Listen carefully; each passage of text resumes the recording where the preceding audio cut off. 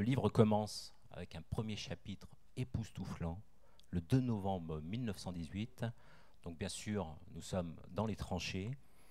On voit apparaître les trois protagonistes principaux de ce roman, Péricourt, le lieutenant Pradel, et puis Albert Mélin. Et une tête de cheval aussi, qu'on peut nommer aussi, qui est une valeur symbolique très importante tout au long du roman.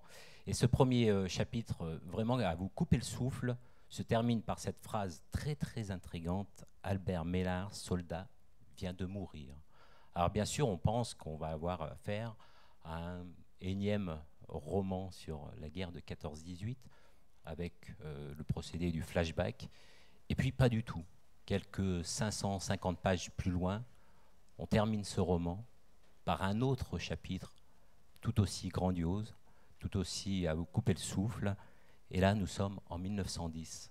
J'en dirai pas plus. Je voudrais vraiment vous convaincre de lire ce livre. On sait qu'on a là un très grand livre. Moi, ça me fait penser aux livres qu'on a pu avoir de Guénassia ou de Conan Adria.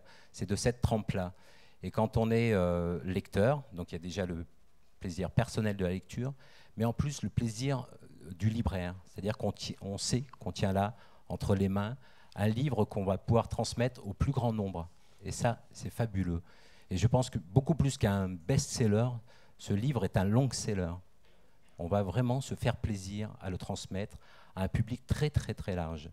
Et on peut se donner rendez-vous l'année prochaine si vous voulez, et on en reparle. Lisez-le absolument, vous allez voir.